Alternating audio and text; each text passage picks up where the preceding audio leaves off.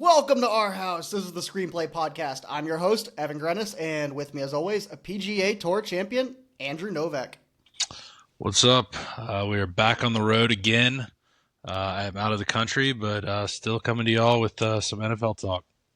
Please check us out on YouTube, like and subscribe at Screenplay_podcast. We are on socials at Screenplay_podcast. You can also check out our website, thescreenplaypodcast.com.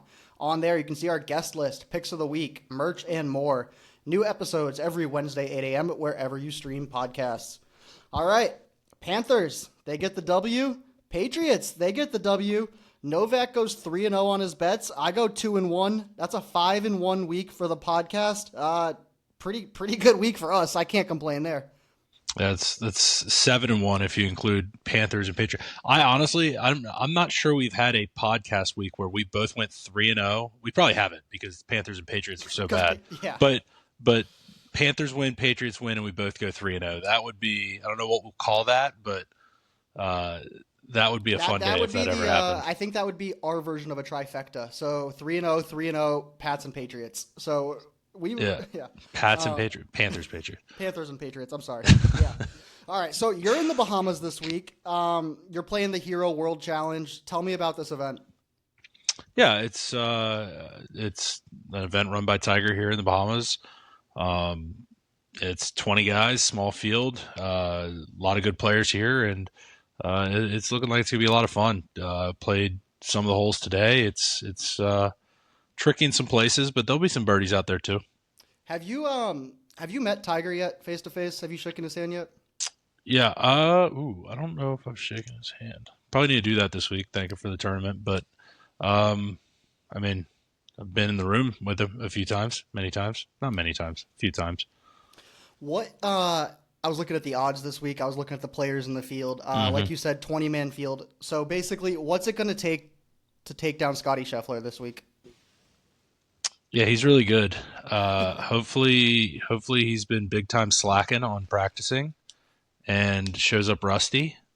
That would definitely help. Scottie Scheffler, so that's probably not the case, and he's probably just going to make a bunch of birdies and not make any mistakes, and that's kind of hard to beat, but that's okay. It's 4 days, it's 72 holes, and I don't know, golf, anything can happen. Yeah, I was talking to my girlfriend about this.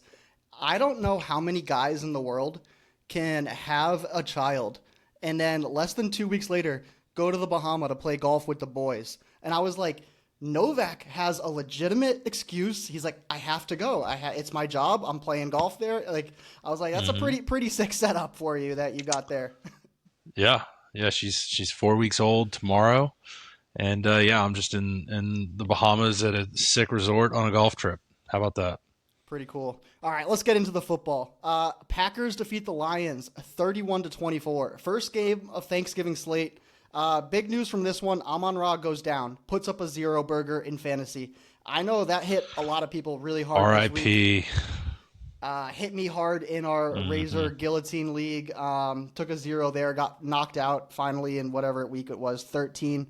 He'll be out 1 to 2 weeks with an ankle sprain. Packers get the win. They move to 8-3-1, while Lions fall to 7-5. Really hurting their playoff chances. What did you see out of this game? Yeah, honestly, this was a pretty fun game. Pretty back and forth. This is two good teams. The Lions definitely showed up better against this Packers defense than they did earlier in the season. The Packers basically just shut them down. It was very, very impressive what they did. This was a fun game back and forth. Both quarterbacks had some success. Both teams were able to run the ball limited a bit. I would say both teams have pretty stout run defenses, but it was. I thought it was an entertaining game and a good way to start off Thanksgiving. One thing I did notice from this game, so obviously Sam Laporta's out, but their second tight end, Brock Wright, he was out too. So they were down to their third and fourth string tight ends. I don't know how much that affected the Lions offense. You got your top 2 tight ends go out. You got Amon-Ra go out early in the game. So they have 3 pieces right there off the back eliminated. So it was going to be an uphill battle for the Lions the entire way. When we look at Green Bay, a couple of weeks ago, we were like, man, like their offense is broken. Like, I don't know what they're doing. Like, they're just running it up the middle. Nothing's happening. Come to this week, 31 points on the Lions everyone gets the ball. Jacobs, Wicks, Watson, Dobbs, Musgrave. Seems like Green Bay midseason has figured out the offense and shifted it a little bit, and it's looking a lot better. Yeah, Love looked a lot better in this game. I think maybe there was just some processing that needed to happen after Kraft got hurt. They just needed guys to kind of figure out what their roles were going to be. This was probably the best I've seen Dontavian Wicks look in a game. Yeah. His hands have been suspect in the past and at times, but he made some really nice catches in this game. Kept the sticks moving. Christian Watson's obviously going to do his thing. I mean, he can leave him one-on-one on the outside. That's a problem. So forces the defense to have to cover that. I mean, in general, I was very impressed by this Packers team. This Packers team has been very inconsistent to me. I mean, they lost to the Panthers earlier on, but then they can come out and look great in games, like on the road against a good Lions team. So I don't really know, what kind of Green Bay we're going to see, but I know this Green Bay team has a high ceiling, and on any given week they can beat anybody. I thought this was also a big game for Micah Parsons, just showing everybody who he is. Maybe there were in his mind there was a little bit of motivation with it being a Thanksgiving game. Obviously, the Cowboys are big on Thanksgiving, so I wanted to show off there. Maybe he heard our podcast last week, and I left him out of top 5 non-quarterback players, and maybe regretting that after watching how much he was cooking the Lions' offensive line, but still very impressive game. When I go down the box score of this game, very similar stats from the Packers and the Lions throughout the game. Yards 359 to 352. Penalties, Green Bay had 3 for 20 yards. Detroit had 5 for 22. Possession, Green Bay 29 minutes. Detroit 31 minutes. So pretty even. The big difference here, the fourth downs in this game. Green Bay goes 3 for 3 on fourth down, and Detroit 0 for 2. Detroit's the team that's known for just going on fourth down, getting them. Dan Campbell being aggressive, but when it comes to the fourth down in this game specifically, Green Bay got it done against the Lions, and I think that's what really won them this game. Yeah, Detroit's been bad on fourth down lately. They've been missing a ton of them. They've not been hitting, and maybe there's some variance there. Maybe it's kind of like, hey, well, we'll take some misses now so that in the playoffs come later season they start hitting. But it's definitely I mean that's big when you don't. If you don't punt the ball or if you don't take the points, I mean that's significant. You're giving the other team either better field position or not taking advantage of a good drive. So I know that this is their identity, but these are the kind of situations where it does come back to kind of burn them. All right, next up, the Cowboys are going to the Lions. That's going to be Thursday Night Football. That's going to be a great game. I can't wait for that one. And the Bears are going to the Packers. Another great game. There's a ton of great games on the slate this week, but 2 good ones there. Let's go to the Cowboys. They defeat the Chiefs 31-28. Massive playoff implications in this game. Dak started it off with a bad pick. Chiefs go up 7-0. But from then on out, it was Cowboys. They got the win to jump to 6-5-1, keep their season alive. Chiefs fall to 6-6. What did you see out of this game on Thursday? Yeah, the Chiefs just keep losing games that they probably should not be losing. At some point in time, it's going to cost them. I mean, they're really running out of losses that they can spend. They kind of have to just win out at this point. It's starting to feel like every game is kind of a playoff game for them, which means they'll probably be in the Super Bowl this year. I don't know. Dallas is playing good football. Like I do think that this Dallas team is pretty good at this point. But like Kansas City, it's not working. I think what's happening with the Chiefs, I took a look at this the past couple weeks. Kansas City is allowing 261 pass yards a game the last 3 weeks. Now, to put that into comparison with some of the other teams, that's 31st in the NFL. The only team worse the last 3 weeks on allowing passing yards is Tampa Bay. So personally, I think the Chiefs offense, they got a ton of pieces. I think Mahomes looked good. Obviously, Rashee Rice looks really good. I don't have a problem with the offense, but I think the defense is struggling a little bit. When we look at some of the defensive numbers in this game, Kansas City, 0 sacks. So, Chris Jones is getting a little older. I don't think he's quite the player he used to be. Dallas, they bring in 3 sacks for 18 yards, but still, no sacks. Dak had a ton of time to throw. I don't think they're pressuring the quarterback very well, and they're allowing these quarterbacks a ton of time to throw the ball down the field as of right now. Yeah. I would agree with that. I mean, I thought Dak looked great in this game. I really, in general, that Cowboys offense is very strong right now. Has been all year. The biggest thing has been the defense for them. Looking at the Chiefs' schedule going forward, I do see the path for them to win out though. Uh, Two of their 5 games, they get the Titans and the Raiders, Mm-hmm. which should be free. The other 3 are tough though: Texans, Chargers, Broncos, all big, strong AFC opponents that they're directly competing with. All 3 of those games are in Arrowhead. I think that that's going to be huge. The Chiefs have been very good at home this year. They have been horrible on the road. They're 5-1 at home, 1-5 on the road. So I think having those games at home is going to be huge. I think on the road they'll still be able to take care of the Titans and the Raiders. I'm less concerned there. So definitely some huge games. I mean, everything's pretty much a playoff game at this point for the Chiefs. Yeah, so they're 6-6. If they win out, that puts them at 11-6. 11-6 is guaranteed into the playoffs. 10-6 is like kind of iffy at this moment. Next up, the Cowboys are going to the Lions on Thursday Night Football. We just said that, and the Texans are playing the Chiefs at Arrowhead. This is a massive game. 6-6 Chiefs, 7-5 Texans. The Texans are rolling. They're hot right now. Mm-hmm. CJ Stroud is Yep. back. Their defense is the number 1 in the NFL. The Chiefs are kind of reeling a bit. So, yeah, this is going to be another great game at Arrowhead coming up this week. All right, let's get to the Bengals. They defeat the Ravens 32-14. Burrow back. We did not think he would see the field again this year. I actually made a bet with my buddy for Joe Burrow playing a game, taking a snap the rest of the season for $50. Obviously, I lost that bet. Free lunch money for you, Justin. Yeah, I'm shocked he played, but he did. I wanted to see how Burrow's mobility looked. His mobility looked good. Rolling out right, rolling out left, looked strong, looked healthy. With this win, the Bengals' playoffs hopes jumped from less than 1% to now 7%.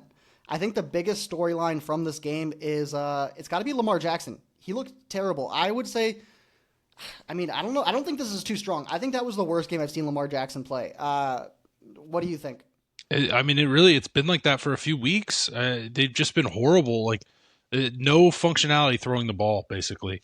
Obviously, he definitely looks like he's playing hurt because the running ability hasn't been what you would expect from Lamar. But I mean, they could not throw the ball in this game against a very bad Bengals defense. Because they couldn't throw the ball, they didn't possess the ball all game. I mean, this is a Bengals defense. I would have thought the Ravens would try and possess the ball against and keep them on the field, get them real tired, and just wear them out. The Ravens only had the ball for 21 minutes in this game. They just basically never had the ball. They actually ran the ball successfully, especially early in the game. Like they just marched down the field, first drive, running the ball, and then just stopped running it for the rest of the game. Not Lamar. Derrick Henry had 5 carries on the first drive, ended in a touchdown. He had 5 carries for the entire game, for the rest of the game after that. Keaton Mitchell averaged like 10 yards a carry in this game, and he only ended up with 2 carries. Like, I get, small sample size there, but the run game is working, and they just completely got away from it. They did not throw the ball very successfully at all. Obviously, there was some fluky stuff, likely fumbling as he was going into the end zone and stuff. But yeah, that was a tough one there, yeah. Still, they really put themselves on the back foot with stuff like that. And then, like you mentioned, they just didn't pressure Joe Burrow enough, in my opinion, especially with him coming off injury. I've got him here at 46 pass attempts. He only got sacked once. I mean, given the state of the Bengals offensive line earlier in the season that ended up getting him killed, that's not good enough for the Ravens pass rush. So yeah, so Burrow goes 24 of 46, 261, 2 touchdowns. Ton of throws, not a lot of completions, and about 10 of them were checkdowns to either Brown or Pirine. So not a whole lot of completions downfield for Burrow, but again, his mobility looked good, and I think he looked strong and healthy out there. Lamar, 17 of 32, 246, 1 interception, 2 fumbles. Let's look at the last 3 weeks for Lamar. 44 of 80. That's a 55% completion percentage. Not good. 0 touchdowns, 3 interceptions. This is the worst stretch of football I've seen Lamar Jackson have. And then when we look at Zay Flowers, another player who's kind of been struggling this week, 2 for 7, 6 yards. He had a fumble. Zay Flowers has not had a 100-yard game since week 1. He has not had a touchdown since week 1. Really, when I looked at this game, the only positive plays were when the play broke down, Lamar Jackson scrambled, and he would find Likely wide open in the middle of the field, 20 yards, 30 yards downfield. I didn't see a whole lot of good stuff out of Lamar and the Baltimore Ravens offense this week. Yeah, absolutely. I think they're going to have to tweak some things with how the offense is working right now. Obviously, outside Zay Flowers, the wide receiver room is not great. I think they're going to have to do maybe some different things with some different packages. I would not be surprised.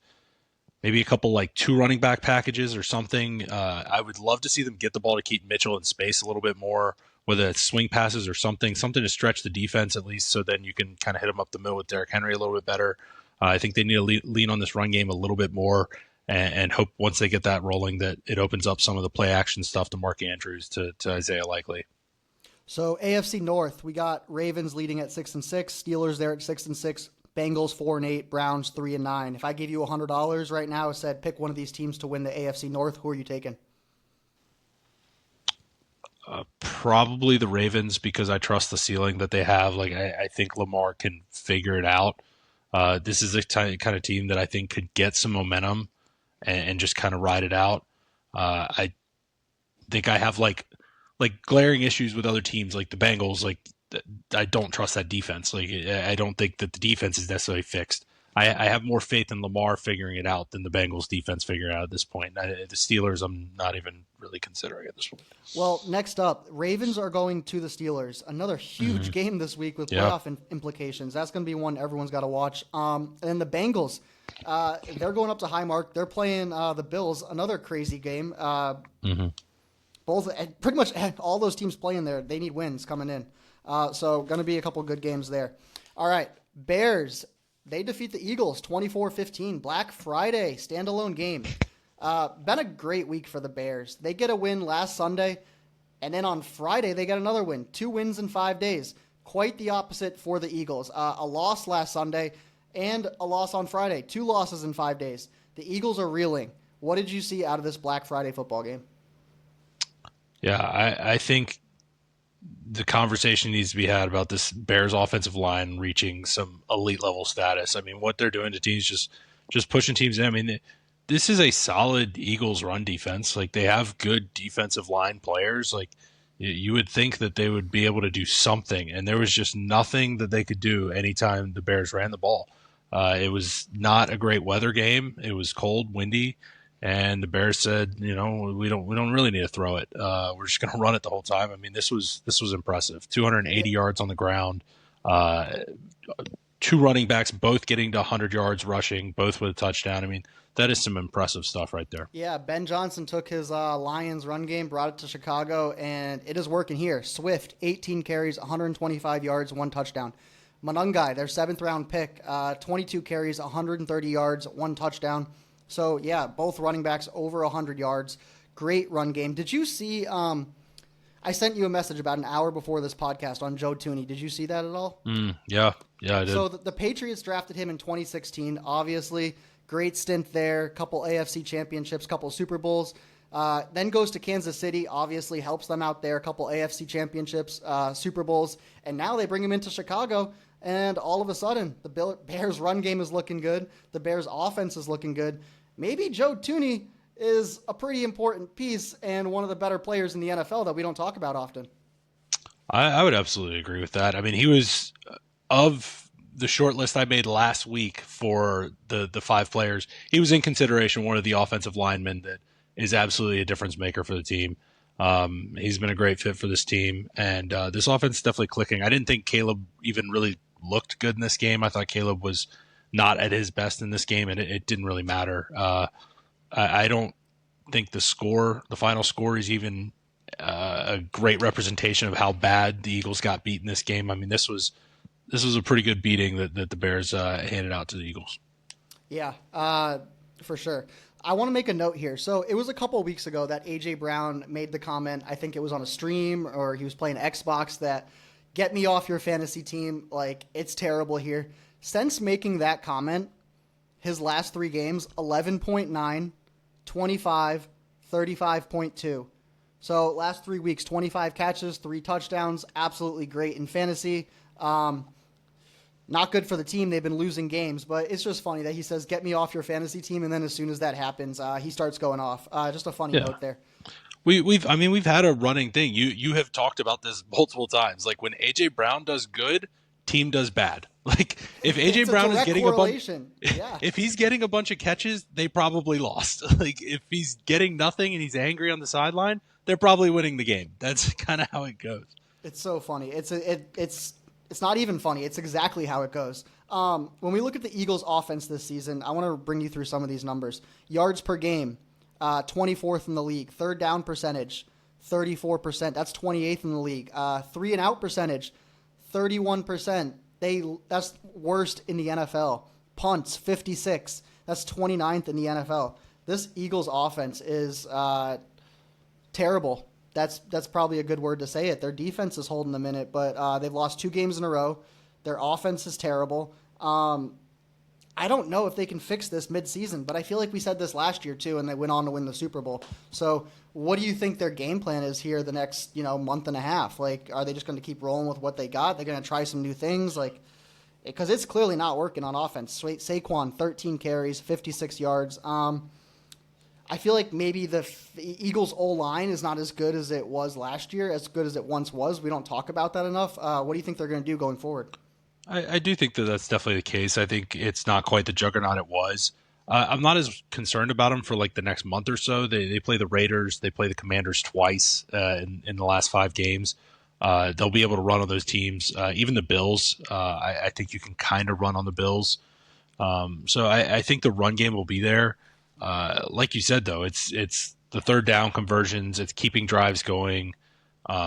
You factor in a lot of those third down conversions too have been tush push stuff. Like if it's third and short, they're probably getting it. So, I think the pass game is definitely going to be a question, but I think that it won't necessarily need to be answered in the next few weeks because I do expect the run game to kind of start finding itself. I know Saquon, we've been saying that for months now, but the matchups do get kind of nice over this last stretch. All right, next up, the Bears are heading up to Lambeau to play the Packers, and the Eagles, they're going to L.A. to play the Chargers. That will be your Monday night football game. I mean, a great Monday night football game. This might be the best slate of football games I've seen this year. All right, last game we're going to talk about here. We don't get to talk about this team often breaking down games, but we're doing it this week. The Panthers, they defeat the Rams 31-28. A lot of upsets this week, but none bigger than the Panthers taking down our number 1 team in the power rankings, the LA Rams. Second time this year, the Panthers have won a game outright as a double-digit underdog. The line this week was Panthers plus 10.5, and they did it in Week 9 at Lambeau as a 13-point dog. What did you see out of this game out of Bank of America Stadium? First of all, before you talk, I want to say that I have been to Bank of America Stadium. Actually, I went there with you to watch a game, but that was the loudest I've ever seen Bank of America Stadium, like through the TV. I could hear it. That place was rocking. We had a friend or two there that said that place was rocking. What did you see out of this game? Yeah, I mean, as expected, we beat the Rams because they're not the Saints. We will lose the Saints when we play them, but we can beat the Rams. We can beat the good teams. It's not because we play good. It's just because we win. Has nothing to do with us actually being better than the Rams. That's just the way things go. We beat the Falcons, lose to the Bucs, lose to the Saints, and lose to most bad teams, beat some good teams. The Panthers are still fraudulent, in my opinion, but they are opportunistic. They can turn you over, and the Rams got a little turnover happy in this game. Panthers took advantage of it. Bryce Young wasn't exactly spectacular in this game, but he made a few good throws. I'm going to shout him out. He made some nice throws, especially a couple nice fourth down throws. It seemed to be the Rams dominated most of this game, and the Panthers won the big plays. The Panthers got the turnovers. The Panthers hit big plays on fourth downs. The Panthers were 3 for 3 on fourth down in this game. When it came down to it, the Panthers ended up on the right side of pretty much all of the big plays, and that's why the game went the Panthers' way. Yeah, when I read these off, you would think when I read these stats off right now, you would think the Rams won this game. Yards per play, Rams 7.4, Carolina 5.8. Yards per rush, Rams 7.2, Carolina 4.1. Penalties, Rams 1 penalty all game for 5 yards. Yeah, the refs were horrible, but that's Carolina, we won the 7 game. penalties for 70 yards. So you're just looking at these stats. So you're like, bad. oh, Rams obviously won. And then you look at the turnover battle, 3-0. 3 turnovers. For Carolina Panthers get 3 turnovers from the Rams, and they end up winning this game. Again, this was another one of those games where the fourth down was massive. 3 for 3 on fourth down out of Carolina. The Rams never attempted a fourth down try. So I kind of feel like, in the movie Miracle on Ice, when he's talking to the team before they play the Soviets, he's like, if we play them 10 times, they'll win 9, but not tonight. Tonight is our night.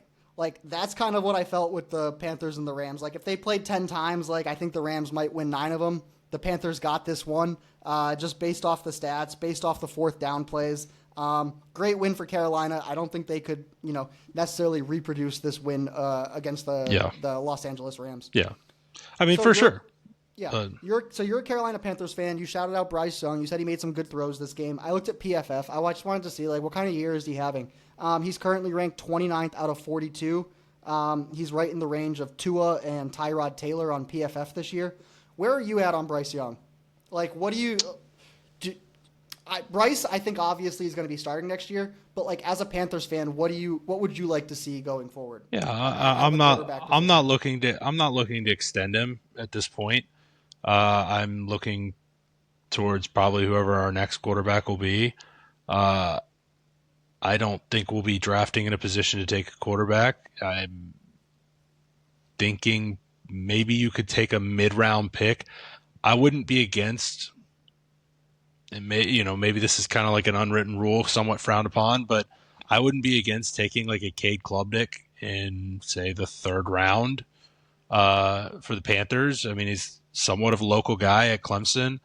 He was a guy that was considered a first-round pick at times, and he's kind of fallen off a bit. But some of it, I think, is that Clemson offense just hasn't been very functional. I think there is talent there, so I wouldn't be against like throwing kind of a day 2 flyer on a quarterback, seeing if they come in, maybe sit behind Bryce for a year if it has to, and then kind of see what you got the next year. Maybe a little quarterback competition with a veteran you bring in somewhere and see where it falls. I think the roster's in an all right spot. The defense is pretty good. I think the offense has a lot of good young talent. So the offensive line probably could use some help. We've had some injuries on the offensive line, but still, I do think that maybe they address that a bit. Still, like the pass rushers, they addressed that in the draft a lot last year, but I think there's other places they'll probably go early in the draft. But yeah, I think quarterback is something, the team is close to being able to maybe give it a run. So I don't think you can like fully tank or reset now. I do think you'd have to try and find some sort of bridge or some way to try and initiate some sort of transition, because I mean, Bryce is fine, but I just like, I don't see us winning a Super Bowl with Bryce Young. Like, I just don't see it. So yeah.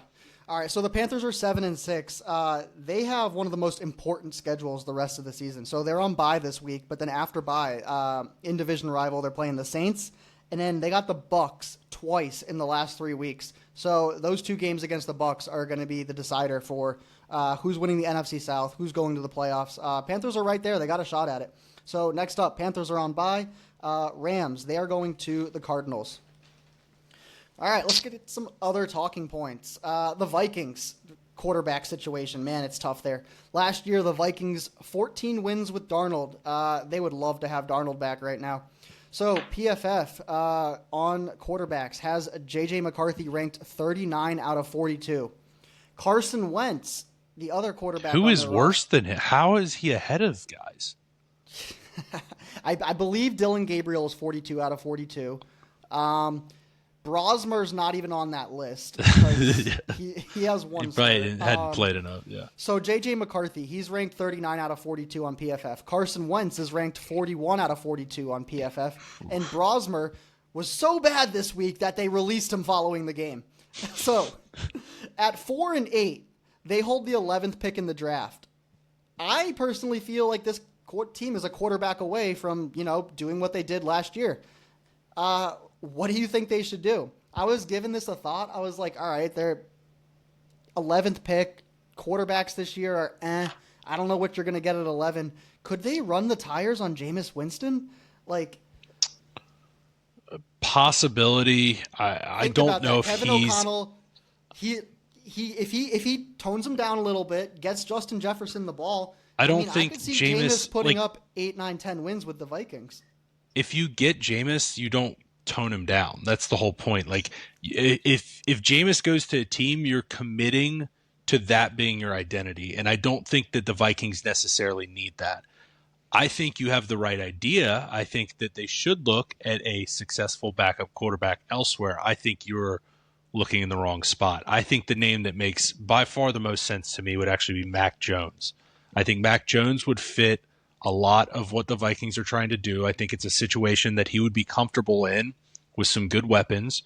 You go grab Mac Jones. He kind of falls a lot in line to the Darnold mold, a first-round pick who has somewhat failed. I don't think he's been necessarily horrible, but it just has not really worked out for him, and he's bounced around a bit, but he's shown some signs as a backup that maybe he can get another start somewhere. I think with Kevin O'Connell working, it could work out.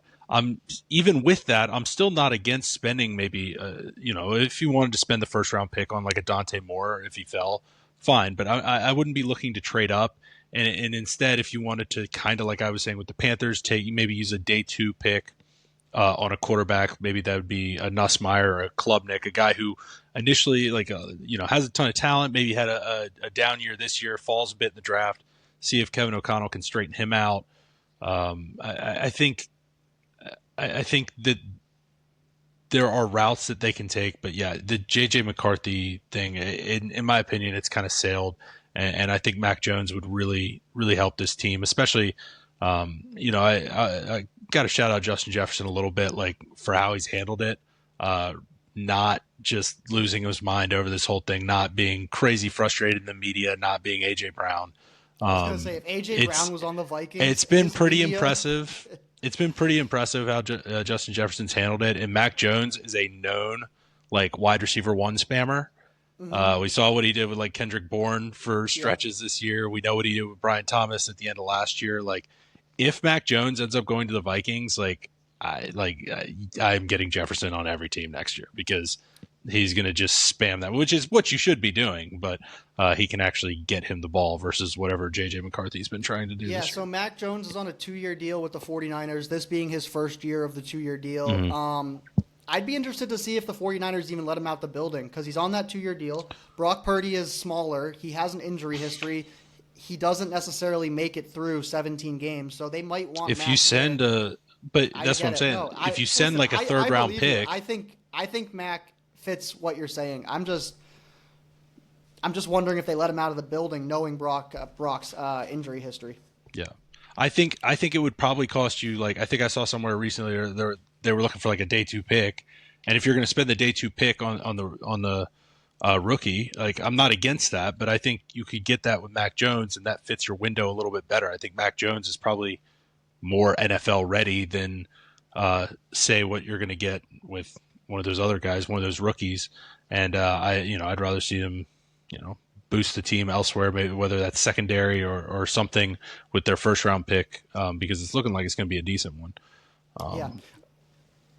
All right, let's get to another talking point. We want to talk about the number 1 seed, the playoffs, the value of it, who needs it most. So since playoff seeding began in 1975, 26 teams have won the Super Bowl as a number 1 seed. So that's 49 Super Bowls, 26 wins from a number 1 seed. So just over 50% of the time, a number 1 seed is taking home the Super Bowl.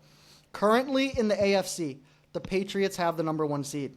And currently in the NFC, the Bears have the number 1 seed. So, let's start with the AFC side.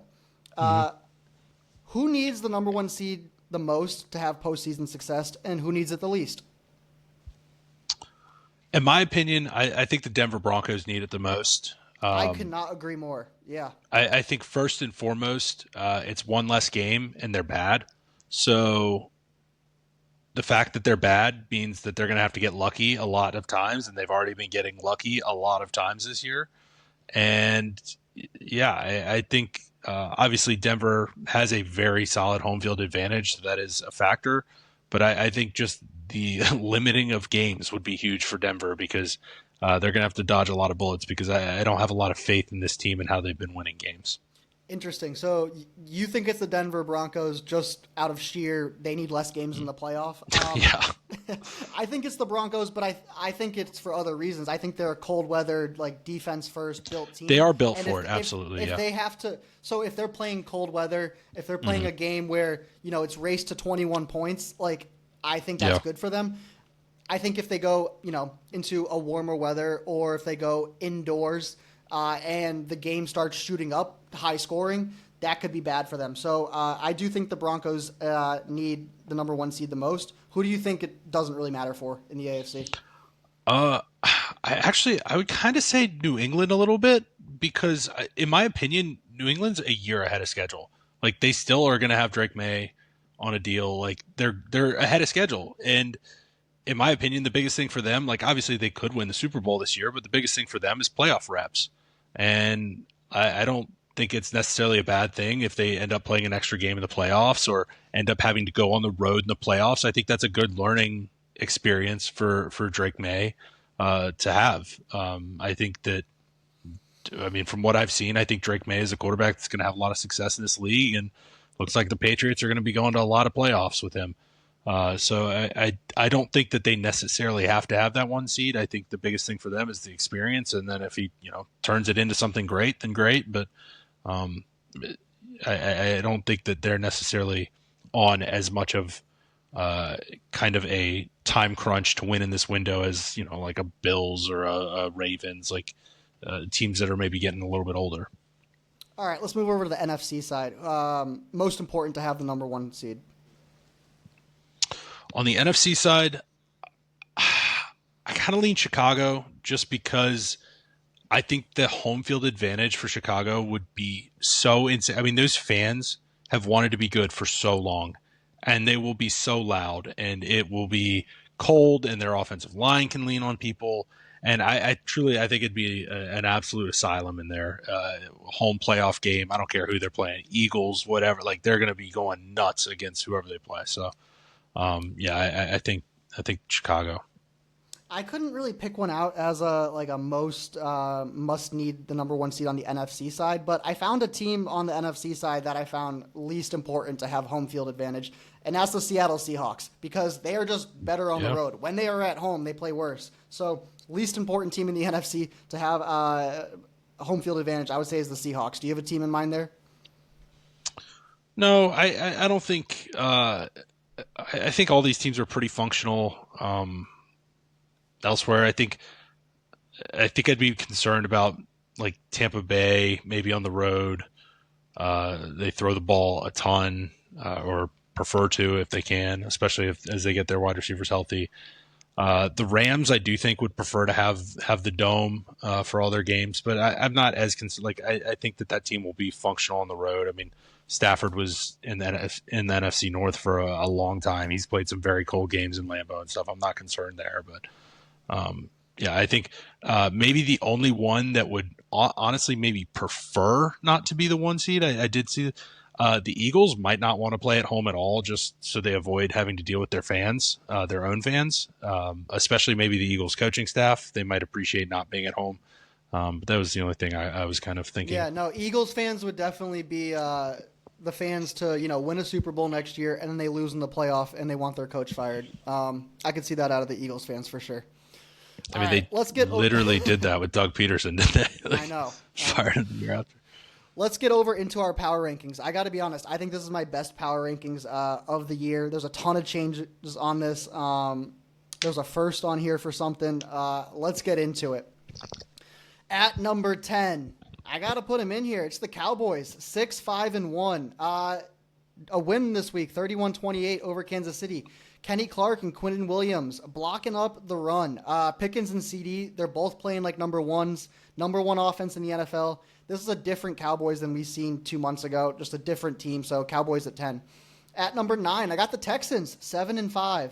They won 20-16 at Indianapolis. They're on a 4-game win streak. Stroud's back. They have the number 1 defense in the NFL. This team is live. The Texans they're putting it together, and they're playing some good football right now. At number 8, I got Buffalo, 8-4. They won this week, 26-7 over the Steelers. They've been inconsistent, but multiple giveaways, 4 straight weeks. But at any point, Josh Allen can put on the cape, play Superman, and get a win. At number 7, I got the 49ers, 9-4. They win this week 26-8 over the Browns. They just keep chugging along. 3 wins in a row. Now they're on bye, getting healthy. 49ers at 7. At number 6, I got Green Bay, 8-3-1. A win this week, 31-24 at Detroit. Reed and Golden coming back. Seems like they fixed the offense. Micah Parsons looked good. Green Bay at 6. At number 5, right ahead of them, I got the Bears, 9-3. They win this week, 24-15 at Philly. Ben Johnson run game looks great. Most takeaways in the NFL, and they currently hold the number 1 seed in the NFC. At 4, I got Seattle, 9-3.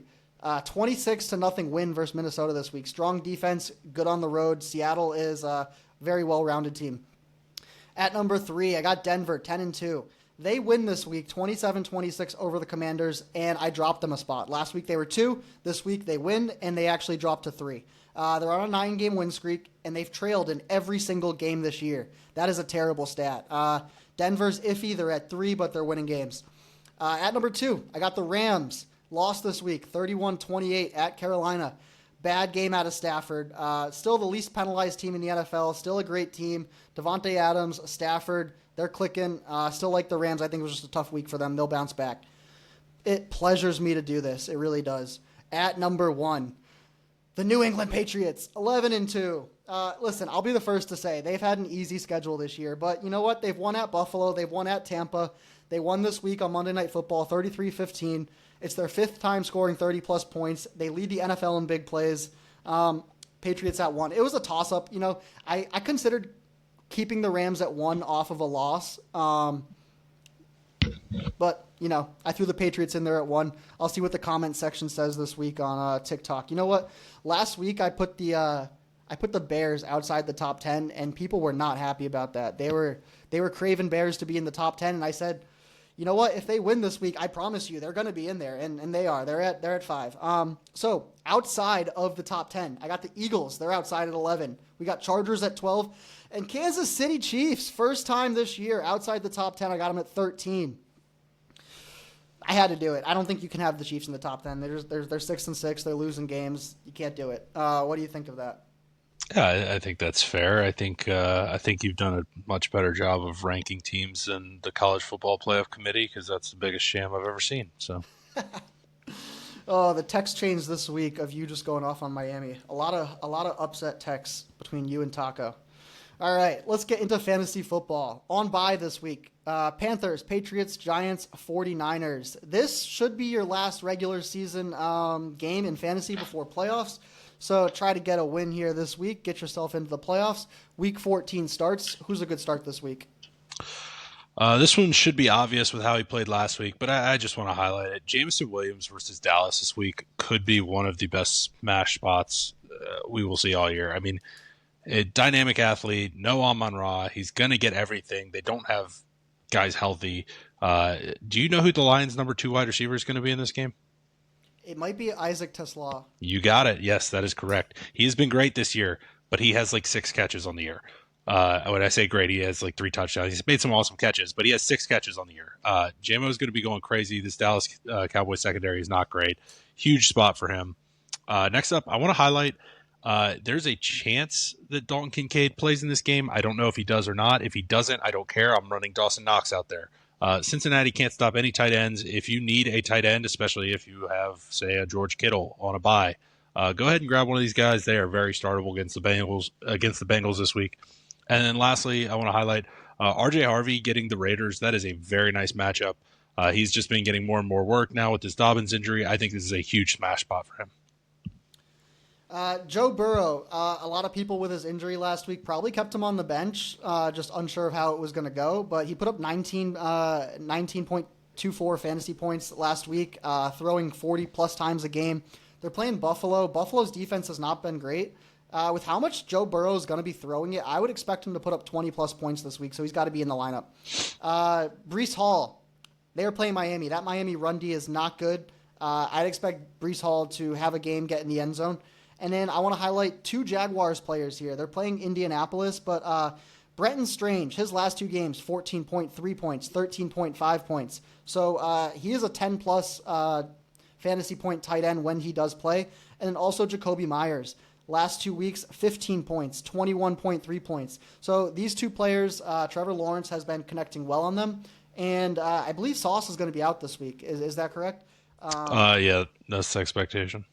So I do see those two players having a decent week. Let's get over into week 14 sits. Who is not a good player this week? So the game total for the Cleveland Browns Tennessee Titans game is 33.5. That is terrible. What that tells me is the top fantasy point earners in that game are going to be the Cleveland Browns defense and maybe Judkins or the Tennessee Titans defense. Do not start anybody in that game unless it is any of those defenses, and I guess you can start Judkins, but still, that is going to be awful. That will be, honestly, in a slate of unbelievable games, I'm somewhat interested to see how poorly that game goes because, man, that could be something. Next up, I'm unsure if Trey Benson will play this week. I don't know how that's going. If it's Bam night, whatever, it doesn't matter. This Rams run defense has been stout. The Panthers were able to run the ball okay on them, but it really was more volume than actual efficiency. I expect the Cardinals to just throw the ball a lot more than what the Panthers were doing. So I don't think this is a great day for the Cardinals running backs against that solid Rams run D. And lastly, I'm gonna go Kareem Hunt. I think he's a sit against the Texans. He's been good for the last bit, but Pacheco coming back, this Houston run defense, defense in general. I just don't think that this is the best spot for him. I think Kansas City's probably gonna have to throw the ball a good bit in this game. All right. I got Caleb Williams and Monangai here versus Green Bay. Green Bay's defense has been really good. Monangai's been hot. 4 touchdowns the last 4 weeks. These are good players. I just think it's a tough matchup for these players. I don't like Williams or Monangai this week versus Green Bay. Kamani Vidal versus Philadelphia. They're playing on Monday night. So the Chargers' offensive line, we all know it's terrible right now, the worst in the league. So they're not allowing them time to get down the field, throw deep balls. When you play Philadelphia, their D-line is stout. Like, you got to throw the ball downfield. They're going to be able to stack the box. I think they're going to be able to slow Vidal down. I think it's a bad matchup for Vidal and the Chargers, so I don't like him this week versus Philadelphia. There's also a chance Hampton is back, so keep an eye on that as well. Obviously, Vidal would be definitely a no-go if that happened, but yeah. The last one I want to throw on here, I got Lamar, question mark? I mean, look at these last 3 weeks. It's like 4.72, 7.2, 6.5. Like, if he's injured, if he's not right, like, this could continue. But then again, it's Lamar Jackson. This could be the week he goes off for 35 points and I look an idiot. But, yeah, maybe keep Lamar on the bench if this is how it's looking. I don't know. That's a tough one there. Waiver wire. So this is the last week of regular season fantasy. Any good waiver wire targets to check out? Yeah, I think there's a couple guys. I got spot starts here. I think Tyrod Taylor is startable against the Dolphins defense. He has some mobility. He can run the ball. It's going to be an ugly game, but I think there's viability there. Jared Goff, if he's available on waivers, playing Dallas this week, huge team total in that. Expecting a shootout. Running back, Chris Rodriguez came back last week off of the bye. Looked like he's still getting a decent bit of work. He got in the end zone against a good Broncos defense. Playing the Vikings this week, not a great matchup, but I do believe they got the Giants coming up in the next few weeks. I think he will be startable if you need him going forward. And Blake Corum, it's like a handcuff. I don't know. He has like some standalone value. We were calling him something last year, like handcuff pluses or something like that, where it's like last year we were using that term handcuff plus. I don't think we've mentioned it once this year. Maybe startable as a flex if you like really need it. Like if you have bye weeks, like he could get you a touchdown. He's not going to get like a crazy amount of touches, but he's been efficient with them. And if something were to happen to Kyron, like probably like top 10 back. A.D. Mitchell, crazy good game. Apparently, if I guess Justin Fields isn't your quarterback, you can actually have some wide receivers that are viable in fantasy. Got a ton of targets, got in the end zone, big game for him. It looks like if he's going to be getting that kind of volume, he is definitely a guy to have. We just talked about him, Isaac Tisla for the Lions. He was looking like the wide receiver too. Limited action this year. Last week was the first game that he's played over half the snaps in any game all season. He had maybe 2 catches, nothing too crazy, but still, talented rookie that they traded up to go get. I think he's one to keep an eye on, maybe stash if you got space on your bench. And then the last guy at tight end, you had just mentioned him, Brenton Strange. I think he is very much startable if you need a tight end. I just talked about Dawson Knox, but similar kind of situation. Say you got Kittle on bye, I think this is a guy that you could grab and throw in there. Yeah, we mentioned this last week, but Jaden Higgins, rookie wide receiver for the Texans, he's just a 10-plus point fantasy guy now. Like every week, he's just consistently getting more than 10 fantasy points. Check him out on the waiver wire. For defenses, the Buccaneers defense pretty much available on waiver wires. They're playing New Orleans this week. And then the Chiefs D, they have been struggling, but they're playing Houston this week, and I think Chiefs-Houston's probably going to be a lower scoring game. So I think that defense will hold in there just fine if you need to use them. All right, gambling. Let's get into gambling. Last week, I went 2-1. I took Cowboys that hit. I took Titans that missed bad. And I took Texans that hit. Andrew, perfect week 3-0. He took Bears +7, 49ers -4.5, Bills -3.5. Those all hit. For the year, I am 23-16. Andrew is 22-17. I have a 1-game cushion over you. It's getting really close. But overall, those are both good records. 23-16, 22-17. I love that. All right, let's take you through the lines. On Thursday, this is just an awesome slate of games. Get ready for it. On Thursday, Cowboys at Lions, Lions -3. Sunday, 1 p.m., Seahawks at Falcons, Falcons +7. Steelers at Ravens, Ravens -5.5. Bengals at Bills, Bills -5. Titans at Browns, Browns -3.5. Colts at Jags, Jags +1.5. Commanders at Vikings, Vikings -2. Dolphins at Jets, Jets +2.5. Saints at Bucks, Bucks -8.5. 4 p.m. window, Broncos at Raiders, Raiders +7.5. Rams at Cardinals, Cardinals +7.5. Bears at Packers, Packers -6.5. Late night game, we get Texans at Chiefs, Chiefs -3. Monday night, Eagles at Chargers, Chargers +2.5. What is the must-win game of the week? A lot of big ones this week, man. So many huge games. So many. It's prime time. I think if they lose, they're out. I'm going Chiefs. I think Chiefs have to win against the Texans. But multiple good options this week. I agree. It's the Chiefs. Give me your 3 bets of the week. All right, starting it off, I've picked on them a good bit this year, and it's actually been decent at times. I've got the Seahawks -7 at the Falcons. This is not a good Falcons team. Seattle had a bit of some struggles on offense last week and still just beat the crap out of the Vikings. I think the Seahawks have been pretty good at covering spreads, bigger spreads this year because of what they can do on the offensive side of the ball. I think this defense will shut down the Falcons nicely. I got the Seahawks win this one by double digits. I'm gonna stay same division. I'm gonna go Rams -7.5 at Arizona. Another big spread. This is kind of an Arizona team that's been solid scoring points, but I think this is a bounce back spot for the Rams. This is what teams have done. Panthers, just throw it out the window. It doesn't mean anything. When teams play the Panthers, it doesn't matter. Don't let that cloud your mind or anything. This is a good Rams team. That was complete fluke. They will come back and blow out the Cardinals and cover this. And then lastly, I will actually take the Chiefs -3. Look, Stroud back. He has not necessarily wowed me this year.